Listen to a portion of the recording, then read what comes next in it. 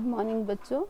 आज हम 10वीं कक्षा की तीसरी कविता जो है माँ मुझे आने दे, इसका अध्ययन करेंगे, इसको समझने का प्रयत्न करेंगे। इसकी कवित्री है मृदुल जोशी। तो इसका उन्मुखीकरण देखते हैं। माँ चाहिए, बहन चाहिए, पत्नी चाहिए, फिर बेटी क्यों नहीं चाहिए। अनदेखी बिटिया करे पुकार, मत करो यह अत्याचार। अनदेखी बिटिया क्या कहती है कि अत्याचार मत करो। इन पंक्तियों से क्या संदेश मिलता है? इन पंक्तियों से क्या संदेश मिलता है कि हमारे जीवन में जिस प्रकार एक लड़के का महत्व होता है, उसी प्रकार एक लड़की का भी महत्व होता है। जिस प्रकार एक लड़के को जीने का अधिकार है, उसी प्रकार पूरे सम्मान के साथ एक लड़की को भी जीने का अधिकार होता है। नारी के बिना समाज की कल्पना असंभव है। इस पर अपने विचार बताइए। यानी आप सोच सकते हो कि इस धरती पर अगर नारी ना हो, तो जब नारी ना होगी, जब जननी ना होगी, जब जन्म देने वाली माता ही नहीं होगी, तो इस विश्व की कल्पना हम कैसे कर सकते हैं? हम सोच ही नहीं सकते कि ये विश्व कभी आगे बढ़ेगा या इसका कुछ होगा। तो इस कविता का मेन विषय क्या है? माँ मुझे आने दे, अनदेखी बिटिया। अनदेखी बेटिया मतलब जिसने अभी जन्म नहीं लिया है, वो बेटी। आज हमारे भारत की ऐसी, आज भी हम इतने विकसित होने के बाद भी, हम इतने मॉडर्न होने के बाद भी, हम लड़कियों के प्रति कई लोगों का विचार जो है हजारों साल पुराना है। अब भी लड़कियों को भारत में बोझ माना जाता है। कई जगह ऐसा होता है कि वो माँ के गर्भ में ही पता लगा लिया जाता है कि माँ के गर्भ में बेटा है या बेटी। अगर बेटी है तो उसका गर्भपात करा दिया जाता है, अबॉर्शन करा दिया जाता है। इस प्रकार की समस्या आए दिन हमें देखने के लिए मिलती है। मैं सभी ऐसे हैं मैं ये नहीं कहती, लेकिन अभी भी कई लोग जो है बेटियों के प्रति अपनी भावनाओं को नहीं बदल पा रहे हैं। वो नहीं सोच पा रहे हैं कि जिस प्रकार एक बेटा अपने कर्तव्य को निभाता है, उसी प्रकार एक बेटी भी अपने कर्तव्यों को निभा सकती है। वो भी माता पिता की देखभाल कर सकती है। उसे भी उतना ही जीने का अधिकार होता है जितना कि एक बेटे को होता है। तो इसी गंभीर समस्या पर मृदुल जोशी ने अपनी कविता को लिखा है, जो बहुत ही सुंदर कविता है। उन्होंने एक अनदेखी अजन्मी बेटी के माध्यम से लोगों को समझाने का प्रयत्न किया है कि वो किस प्रकार से जीना चाहती है, वो जीने के लिए आतुर है, वो हर संभव अपने पेरेंट्स की सहायता करना चाहती है, उन्हें वही प्यार और दुलार देना चाहती है जो एक बेटा अपने माता पिता को देखता है। तो यहाँ इस पाठ का उद्देश्य है छात्रों को मुक्तक कविताओं से परिचित करवाना है। मुक्तक कविता का मतलब होता है कि ये कोई नियम से बंधे हुए नहीं होते। इस कविता के माध्यम से भ्रूण हत्याओं का विरोध करने का प्रयास किया जा रहा है। इस कविता में क्या किया है? भ्रूण हत्या जो माँ के गर्भ में जब बच्चा पहली बार जाता है, तो उस समय से लेके 3 महीने तक का समय उसको भ्रूण कहा जाता है। तो ये जो भ्रूण हत्याएं हो रही है, इसका विरोध करने का प्रयास, इसका विरोध करने की कोशिश की जा रही है।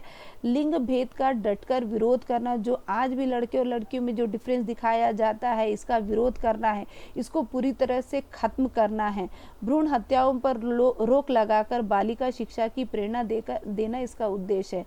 यानी भ्रूण हत्याओं का रोक लगाना चाहिए। सरकार एक मुस्तैदी से अपना कार्य करना चाहिए कि जहाँ पर भी ऐसी घटनाएं, उन्हें कड़ी से कड़ी सजा देनी चाहिए, मिलनी चाहिए। और साथ ही बच्चों को, लड़कियों को भी उतना ही पढ़ाया लिखाया जाए जिससे कि वे अपने जीवन में आगे बढ़ सके।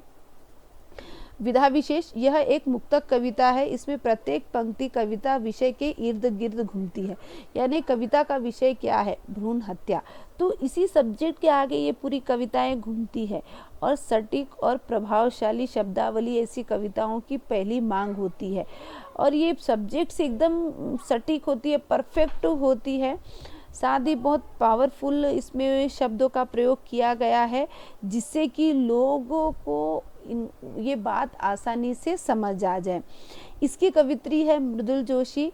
इनका जन्म जो है 1960 में उत्तराखंड के काठगोदाम में हुआ था और इनकी प्रमुख रचनाएं जो है का विषय जो होता है वो नारी चेतना व सम समाज का निर्माण है।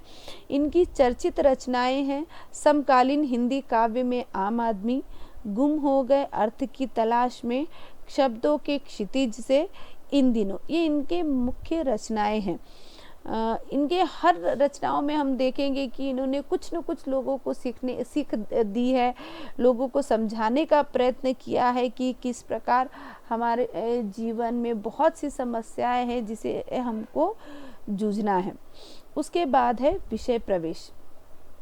स्त्री और पुरुष दोनों समाज रूपी शक्ति के दो रूप है। तो इस मानव जीवन में मानव को सामाजिक पशु कहा जाता है, यानी जो समाज के नियमों से बंधा होता है।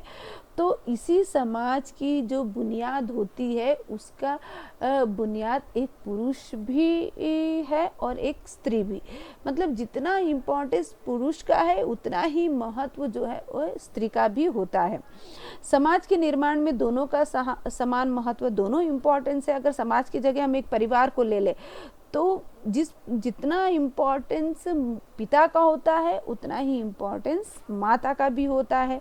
वेदों में स्त्री की तुलना देवी से की गई। हमारे जो ग्रंथ है वेद जो है उसमें स्त्री को देवी कहा जाता था। आज भी स्त्री को कई जगह लक्ष्मी का रूप माना जाता है। कहते हैं कि जहाँ नारी का वास होता है वहाँ देवता बसते हैं, यहाँ जहाँ नारी होती है वहाँ देवता का वास होता है, वहाँ देवता रहते हैं। लेकिन सामाजिक विषमताओं के कारण आज भी भ्रूण हत्याएं देखी जा रही। लेकिन कुछ लोग ऐसे भी हैं जो विपरीत सोच रखते हैं लड़कियों के प्रति, और इन्हीं विपरीत सोच रखने वालों के कारण भ्रूण हत्या अस्तित्व में है। कई डॉक्टर्स लोग भी जो है इस जघन्य अपराध को बढ़ावा देते हैं। वो कुछ पैसों के लालच में जघन्य अपराध करते हैं। अपने पेशे से वो पूरी तरह से ईमानदार नहीं होते। उनका एक ही लक्ष्य होता है कैसे भी तरीके से पैसे कमाना। ये कोई बात नहीं होती, पैसा ही जीवन के लिए इम्पोर्टेंट नहीं होता है। ऐसी घटनाएं सामाजिक मानवीय अपराध है। ये समाज के लिए भी बहुत भयानक अपराध है और इंसानों के लिए भी। और ऐसे अपराध को समाप्त करना बहुत ही ज़्यादा ज़रूरी है।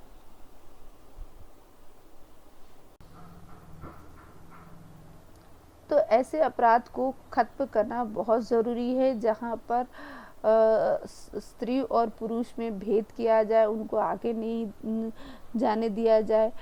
हमने देखा, हम देखते भी हैं आज विश्व में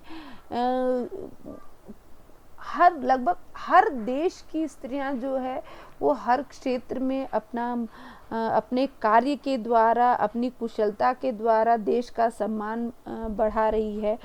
हमने 9वीं की कक्षा में हमने देखा सुनीता विलियम्स के बारे में हमने पढ़ा, हमने इंदिरा गांधी के बारे में पढ़ा, कल्पना चावला के बारे में हमने पढ़ा, सरोजनी नायडू है, लक्ष्मीबाई है ना। इन सभी लोगों, अगर इन लोगों को ऐसे मौके नहीं मिलते तो आज सोचो देश का स्वरूप क्या होता। देश हमारा केवल एक के बलबूते पर तरक्की नहीं कर सकता। या हम ये नहीं कहेंगे कि पुरुषों में ज़्यादा दिमाग होता है, स्त्रियों में कम होता है, ये भी गलत बात है। तो जिस प्रकार पुरुषों को महत्व मिलता है उसी प्रकार स्त्रियों को भी इम्पोर्टेंस मिलना चाहिए, क्योंकि उनको भी जीने का अधिकार है, उनको भी अपना कौशल दिखाने का अधिकार है। शीला दीक्षित आप लोगों को मालूम है, वो कई सालों तक दिल्ली की मुख्यमंत्री रही है। किरण बेदी जो आईपीएस ऑफिसर, भारत की पहली आईपीएस ऑफिसर है जिन्होंने अपने कार्यकाल में पूरी ईमानदारी से कार्य किया है। तो यही चीज़, ये लोगों को समझाने की ज़रूरत है, लोगों को अपने विचार बदलने की ज़रूरत है कि लड़कियां बोझ नहीं होती है। किसी भी प्रकार से लड़कियां बोझ नहीं होती, वो अपनी जिम्मेदारी निभाती है। जिस प्रकार आप एक लड़का जब जन्म लेता है, बड़े तक उसको शिक्षा देते हो, उसके बारे में सोचते हो, उसकी मदद करते हो, वही चीज़ आपको क्या करना है, लड़कियों के बारे में करनी है ना। उनको आगे बढ़ने का मौका देना चाहिए। कई बार हम लोग देखेंगे कि लड़का अच्छा नहीं पढ़ रहा है तो भी उसको पढ़ाए जा रहे हो, लड़कियां अच्छा पढ़ रही तो भी उसको नहीं पढ़ाए। तो बच्चों, अब हम अगले भाग में इस पोयम को आगे पढ़ेंगे। ठीक है, धन्यवाद।